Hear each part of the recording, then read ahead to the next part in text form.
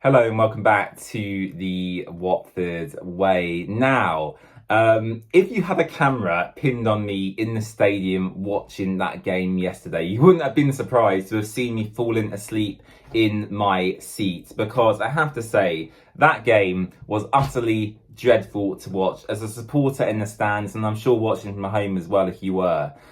It was so boring and dull, and there was no attacking intent, especially in the first half from a Watford perspective.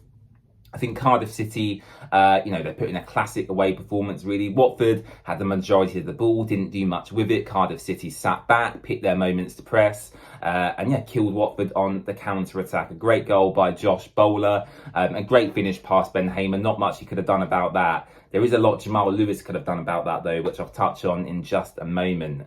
Firstly, I've just got to reiterate the point I just mentioned. Really boring stuff to watch. I've got to be honest with you. As a season ticket holder, as someone who's paid money to go and watch that, I was not impressed in the slightest at all. And I think that goes down to Valérien Ismaël in parts as well. But I think a lot of the blame on Watford's performance yesterday, again, has to go to the higher-ups at the club, the Scott Duxburys of the world, the Gino Pozzos of the world, and whoever else is ultimately in charge of Watford. Because I think the lack of investment in the summer and in January just gone has really hindered us going forward for the rest of the season. Now, firstly, I think we need to kind of stop the unrealistic expectations we have as a fan base this season, because a lot of people out there are saying, oh, yeah, we can get playoffs this season.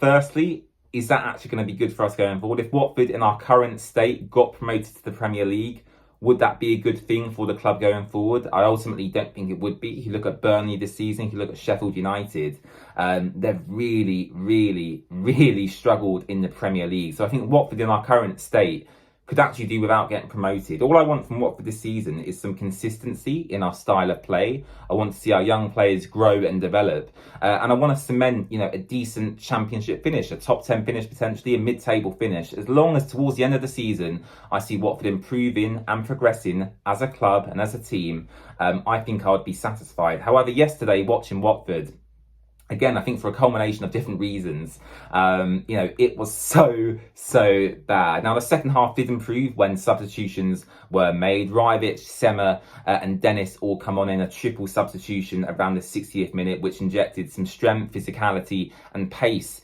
into the Watford team. But for me, it was too little too late. I feel changes should have been made at half-time or even prior to the game by rotating the squad a bit more, and that goes down to Valérien Ismaël. But again, the lack of rotation and the lack of options available on the bench also has to go down to Gino Pozzo and his ultimate lack of investment in the club. Now, I don't actually mind getting rid of Imran Louza and Reece Healey if they want to leave the club. By all means, I don't want players to be at Watford who don't want to be here.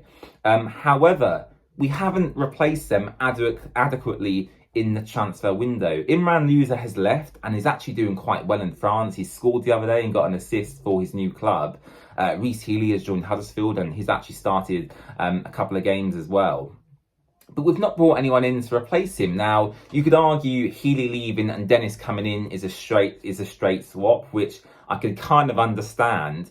But Dennis is actually not fit. Dennis has made 3 appearances so far since rejoining Watford, and he's only really managed to play, the most he played was in the game yesterday against Cardiff City. He played 30 minutes, and don't get me wrong, he looked sharper, he looked quicker, but he's still not yet ready to start a 90-minute game of football. And aside from Louza and Healey leaving, Watford needs to bring in maybe 3 or 4 more players. And I think for me, we're in a position where Gino Pozzo obviously wants to sell and get out of Watford.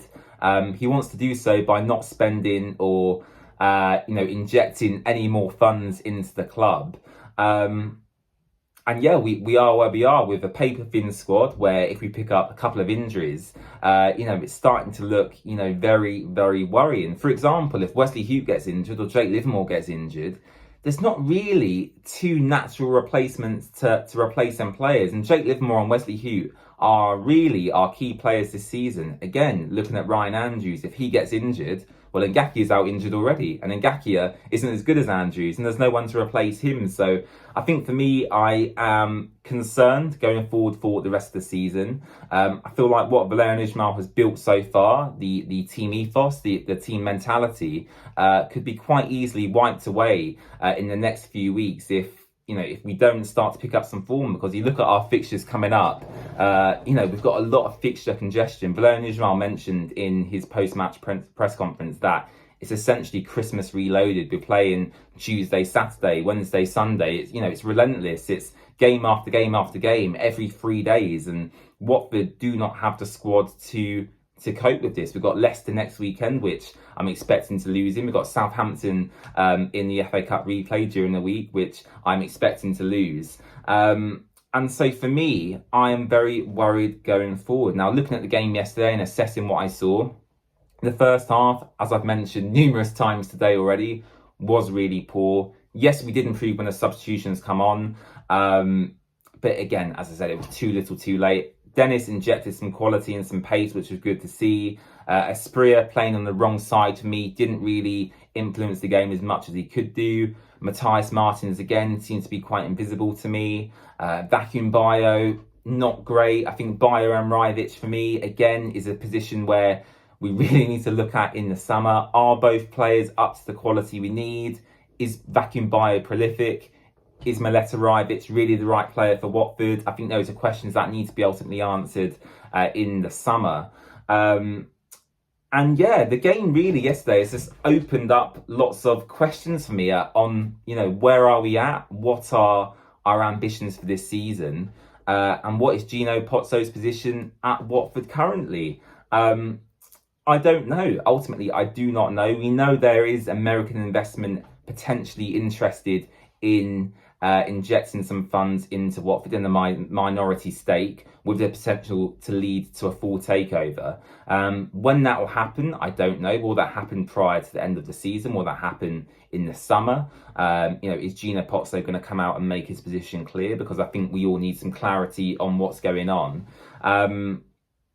And yeah, I don't know what else to say. I'm waffling on a bit now. Yes, I could blame Jamal Lewis for the goal yesterday, who, by the way, I do not think we should make his loan permanent in the summer. I think the option to buy is about £4.5 million from Newcastle. He is not worth that at all. He's all right going forward. He's got a good cross on him, but defensively, he's a liability. He's a liability. I've got to be honest with you. I'm having my rant today. Jamal Lewis is a liability defensively for Watford. Yes, it sounds good. A Premier League loan on loan from Newcastle. On paper, it sounds good, but in reality, the player has been disappointing for me this season. And that's where I'll leave you the video today. As I said, Cardiff City, did a job on Watford yesterday. Watford had the majority of possession, which we did nothing with really, apart from Wesley Hoot and Matty Pollock and Ben Hamer playing about 200 passes to each other. Cardiff hit us on the counter-attack. Great goal by Josh Bowler. And apart from that, they didn't really have any other chances, and Watford ultimately went on to lose the game. So yeah, it is what it is. That's my rant over for today. I do apologise for you having to listen to this, but I feel I needed to get this off my chest as we look ahead to the Southampton game on Tuesday evening in the FA Cup 4th round replay. So thank you so much for watching the video today. Do you agree with anything I said in this video? Let me know in the comment section down below. Don't forget to subscribe to The Watford Way. Make sure to check us out on our social pages as well. You can find all the links to them, our Twitter page, Instagram, Facebook, all in the description down below. So thank you for watching, and I'll see you again very soon. Bye-bye.